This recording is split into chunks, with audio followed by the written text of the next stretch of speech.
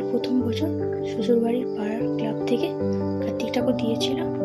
আপনাদের আশীর্বাদে পূজা এবং সব কিছু খুব ভালোভাবে সম্পূর্ণ হলো।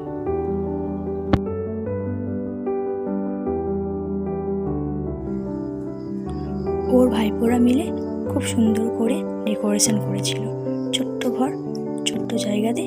আপনাদের কেমন লাগলো সেটা কমেন্ট করে জানাবেন।